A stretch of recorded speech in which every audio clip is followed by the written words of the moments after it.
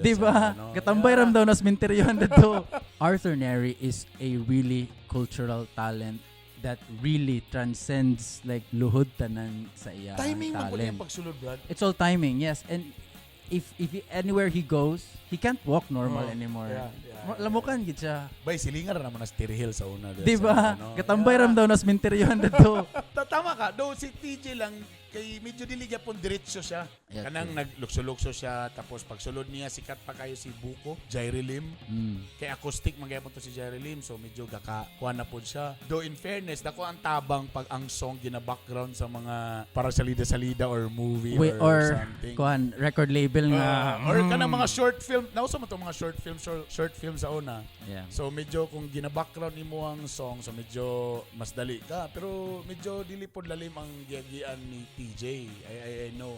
Anton nga nakuha gyud niya nga na timingan nga murag karon bro na